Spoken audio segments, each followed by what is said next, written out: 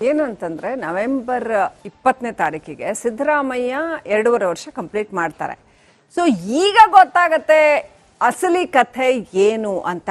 CM DCM ಎರಡೂ ಬಣಗಳು ಕೂಡ ತಮ್ಮದೇ ಆದ ದಾಳಗಳೊಂದಿಗೆ ನವೆಂಬರ್ ಕ್ರಾಂತಿಯನ್ನು ಎದುರಿಸೋದಕ್ಕೆ ಸಿದ್ಧವಾಗಿವೆ ಅಂತ ಹೇಳಲಾಗ್ತಾ ಇದೆ. ರಾಜ್ಯ ಕಾಂಗ್ರೆಸ್ನಲ್ಲಿ ಮತ್ತೆ ನವೆಂಬರ್ ಕ್ರಾಂತಿಯ ಕಿಡಿ ಹೊತ್ತಿಕೊಳ್ತಾ ಇದೆ. ಬೆಂಕಿಯಿಂದ ಇಷ್ಟೆಲ್ಲ ಹೊಗೆ ಆಡುತ್ತೇನ್ರಿ ಅಂತ ಕೆಲವರು ಕೇಳ್ತಾ ಇದ್ದಾರೆ.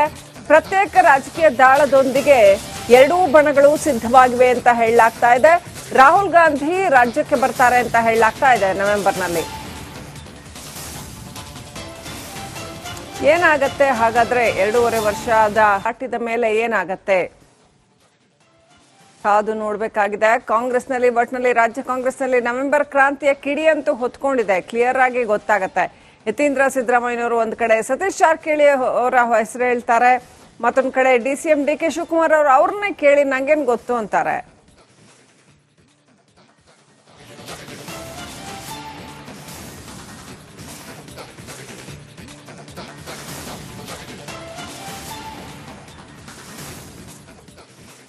ಹಾಗಾದ್ರೆ ಏನಾಗತ್ತೆ ನವೆಂಬರ್ 20ನೇ ತಾರೀಕಿನ ನಂತರ ಏನಾಗತ್ತೆ ಅನ್ನೋದು ಸಾಕಷ್ಟು ಕುತೂಹಲಕ್ಕೆ ಎಡೆ ಮಾಡಿಕೊಟ್ಟಿದೆ. ಏನೆಲ್ಲ ಆಗಬಹುದು, ರಾಜಕೀಯ ಸಮೀಕರಣಗಳೇನಿದೆ ನೋಡಿ.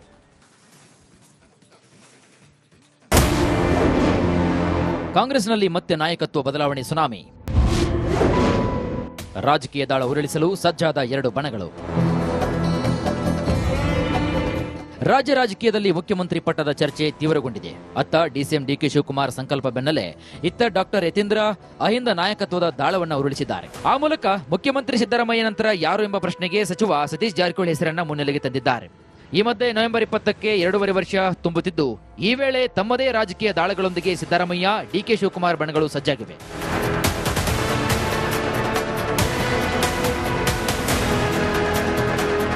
ಕಾಂಗ್ರೆಸ್ನಲ್ಲಿ ಸಿಎಂ ಪಟ್ಟದ ಆಟದ ಚರ್ಚೆ ಹೊಸ ತಿರುವನ್ನ ಪಡೆದುಕೊಂಡಿದೆ. ರಾಜ್ಯ ಕಾಂಗ್ರೆಸ್ನಲ್ಲಿ ನವೆಂಬರ್ ಕ್ರಾಂತಿ ಕಿಡಿ ಪ್ರಜ್ವಲಿಸ್ತಾ ಇದೆ. ಈ ಕ್ರಾಂತಿ ಚರ್ಚೆ ನಡುವೆ ಕಾಂಗ್ರೆಸ್ ನಾಯಕ ರಾಹುಲ್ ಗಾಂಧಿ ರಾಜ್ಯಕ್ಕೆ ಎಂಟ್ರಿ ಆಗುವ ಸಾಧ್ಯತೆ ಕೂಡ ಇದೆ.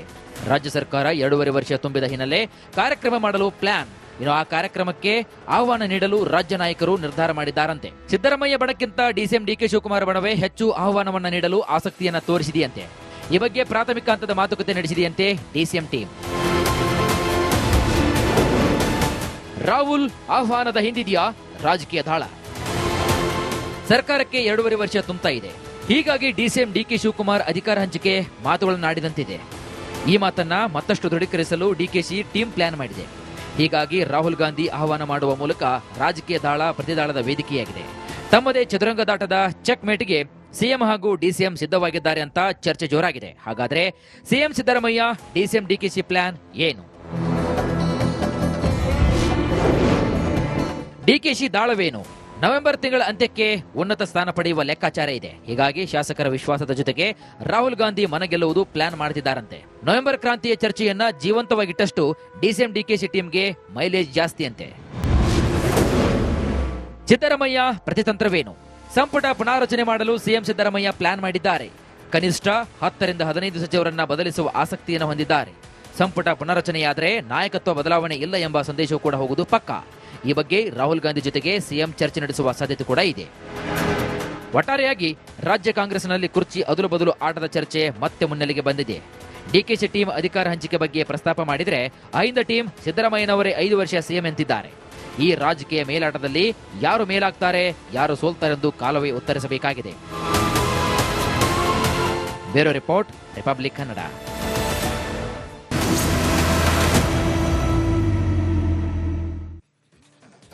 ಏನು ಅಂತಂದ್ರೆ ನವೆಂಬರ್ 20ನೇ ತಾರೀಕಿಗೆ ಸಿದ್ದರಾಮಯ್ಯ 2.5 ವರ್ಷ ಕಂಪ್ಲೀಟ್ ಮಾಡ್ತಾರೆ. ಸೊ ಈಗ ಗೊತ್ತಾಗತ್ತೆ ಅಸಲಿ ಕಥೆ ಏನು ಅಂತ. ಸಿಎಂ ಡಿಸಿಎಂ ಎರಡೂ ಬಣಗಳು ಕೂಡ ತಮ್ಮದೇ ಆದ ದಾಳಗಳೊಂದಿಗೆ ನವೆಂಬರ್ ಕ್ರಾಂತಿಯನ್ನು ಎದುರಿಸೋದಕ್ಕೆ ಸಿದ್ಧವಾಗಿವೆ ಅಂತ ಹೇಳಲಾಗ್ತಾ ಇದೆ. ರಾಜ್ಯ ಕಾಂಗ್ರೆಸ್ನಲ್ಲಿ ಮತ್ತೆ ನವೆಂಬರ್ ಕ್ರಾಂತಿಯ ಕಿಡಿ ಹೊತ್ತಿಕೊಳ್ತಾ ಇದೆ. ಬೆಂಕಿಯಿಂದ ಇಷ್ಟೆಲ್ಲ ಹೊಗೆ ಆಡುತ್ತೇನ್ರಿ ಅಂತ ಕೆಲವರು ಕೇಳ್ತಾ ಇದ್ದಾರೆ. ಪ್ರತ್ಯೇಕ ರಾಜಕೀಯ ದಾಳದೊಂದಿಗೆ ಎರಡೂ ಬಣಗಳು ಸಿದ್ಧವಾಗಿವೆ ಅಂತ ಹೇಳಲಾಗ್ತಾ ಇದೆ. ರಾಹುಲ್ ಗಾಂಧಿ ರಾಜ್ಯಕ್ಕೆ ಬರ್ತಾರೆ ಅಂತ ಹೇಳಲಾಗ್ತಾ ಇದೆ ನವೆಂಬರ್ನಲ್ಲಿ. ಏನಾಗತ್ತೆ ಹಾಗಾದ್ರೆ 2.5 ವರ್ಷದ ದಾಟಿದ ಮೇಲೆ ಏನಾಗತ್ತೆ ಕಾದು ನೋಡ್ಬೇಕಾಗಿದೆ. ಕಾಂಗ್ರೆಸ್ನಲ್ಲಿ ಒಟ್ನಲ್ಲಿ ರಾಜ್ಯ ಕಾಂಗ್ರೆಸ್ನಲ್ಲಿ ನವೆಂಬರ್ ಕ್ರಾಂತಿಯ ಕಿಡಿ ಅಂತೂ ಹೊತ್ಕೊಂಡಿದೆ. ಕ್ಲಿಯರ್ ಆಗಿ ಗೊತ್ತಾಗತ್ತೆ. ಯತೀಂದ್ರ ಸಿದ್ದರಾಮಯ್ಯನವರು ಒಂದ್ ಕಡೆ ಸತೀಶ್ ಜಾರಕಿಹೊಳಿ ಅವರ ಹೆಸರು ಹೇಳ್ತಾರೆ, ಮತ್ತೊಂದ್ ಕಡೆ DCM DK ಶಿವಕುಮಾರ್ ಅವರು ಅವ್ರನ್ನೇ ಕೇಳಿ ನಂಗೇನ್ ಗೊತ್ತು ಅಂತಾರೆ.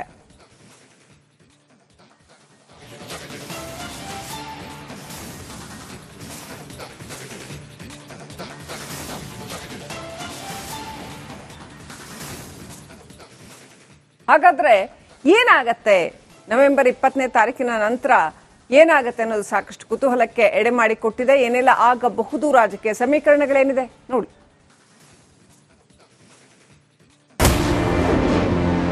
ಕಾಂಗ್ರೆಸ್ನಲ್ಲಿ ಮತ್ತೆ ನಾಯಕತ್ವ ಬದಲಾವಣೆ ಸುನಾಮಿ. ರಾಜಕೀಯ ದಾಳ ಉರುಳಿಸಲು ಸಜ್ಜಾದ 2 ಬಣಗಳು.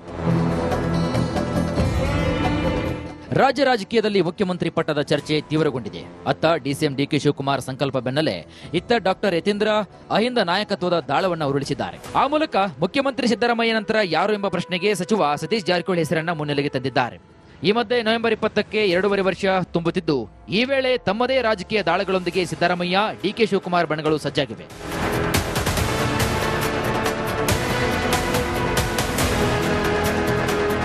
ಕಾಂಗ್ರೆಸ್ನಲ್ಲಿ ಸಿಎಂ ಪಟ್ಟದ ಆಟದ ಚರ್ಚೆ ಹೊಸ ತಿರುವನ್ನ ಪಡೆದುಕೊಂಡಿದೆ.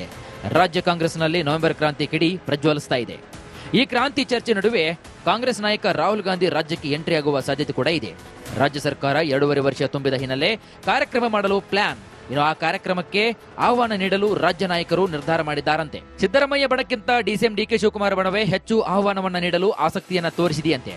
ಈ ಬಗ್ಗೆ ಪ್ರಾಥಮಿಕ ಹಂತದ ಮಾತುಕತೆ ನಡೆಸಿದೆಯಂತೆ DCM ಟೀಮ್. ರಾಹುಲ್ ಆಹ್ವಾನದ ಹಿಂದಿದೆಯಾ ರಾಜಕೀಯ ದಾಳ? ಸರ್ಕಾರಕ್ಕೆ 2.5 ವರ್ಷ ತುಂಬುತ್ತಾ ಇದೆ. ಹೀಗಾಗಿ DCM DK ಶಿವಕುಮಾರ್ ಅಧಿಕಾರ ಹಂಚಿಕೆ ಮಾತುಗಳನ್ನಾಡಿದಂತಿದೆ. ಈ ಮಾತನ್ನ ಮತ್ತಷ್ಟು ದೃಢೀಕರಿಸಲು DKಶಿ ಟೀಮ್ ಪ್ಲಾನ್ ಮಾಡಿದೆ. ಹೀಗಾಗಿ ರಾಹುಲ್ ಗಾಂಧಿ ಆಹ್ವಾನ ಮಾಡುವ ಮೂಲಕ ರಾಜಕೀಯ ದಾಳ ಪ್ರತಿದಾಳದ ವೇದಿಕೆಯಾಗಿದೆ. ತಮ್ಮದೇ ಚದುರಂಗದಾಟದ ಚೆಕ್ ಮೇಟ್ಗೆ ಸಿಎಂ ಹಾಗೂ DCM ಸಿದ್ಧವಾಗಿದ್ದಾರೆ ಅಂತ ಚರ್ಚೆ ಜೋರಾಗಿದೆ. ಹಾಗಾದ್ರೆ ಸಿಎಂ ಸಿದ್ದರಾಮಯ್ಯ DCM DKಶಿ ಪ್ಲಾನ್ ಏನು? DKಶಿ ದಾಳವೇನು? ನವೆಂಬರ್ ತಿಂಗಳ ಅಂತ್ಯಕ್ಕೆ ಉನ್ನತ ಸ್ಥಾನ ಪಡೆಯುವ ಲೆಕ್ಕಾಚಾರ ಇದೆ. ಹೀಗಾಗಿ ಶಾಸಕರ ವಿಶ್ವಾಸದ ಜೊತೆಗೆ ರಾಹುಲ್ ಗಾಂಧಿ ಮನಗೆಲ್ಲುವುದು ಪ್ಲಾನ್ ಮಾಡುತ್ತಿದ್ದಾರಂತೆ. ನವೆಂಬರ್ ಕ್ರಾಂತಿಯ ಚರ್ಚೆಯನ್ನ ಜೀವಂತವಾಗಿಟ್ಟಷ್ಟು DCM DKಶಿ ಟೀಮ್ಗೆ ಮೈಲೇಜ್ ಜಾಸ್ತಿ ಅಂತೆ. ಸಿದ್ದರಾಮಯ್ಯ ಪ್ರತಿತಂತ್ರವೇನು? ಸಂಪುಟ ಪುನಾರಚನೆ ಮಾಡಲು ಸಿಎಂ ಸಿದ್ದರಾಮಯ್ಯ ಪ್ಲಾನ್ ಮಾಡಿದ್ದಾರೆ. ಕನಿಷ್ಠ 10 ರಿಂದ 15 ಸಚಿವರನ್ನ ಬದಲಿಸುವ ಆಸಕ್ತಿಯನ್ನು ಹೊಂದಿದ್ದಾರೆ. ಸಂಪುಟ ಪುನರಚನೆಯಾದರೆ ನಾಯಕತ್ವ ಬದಲಾವಣೆ ಇಲ್ಲ ಎಂಬ ಸಂದೇಶವೂ ಕೂಡ ಹೋಗುವುದು ಪಕ್ಕಾ.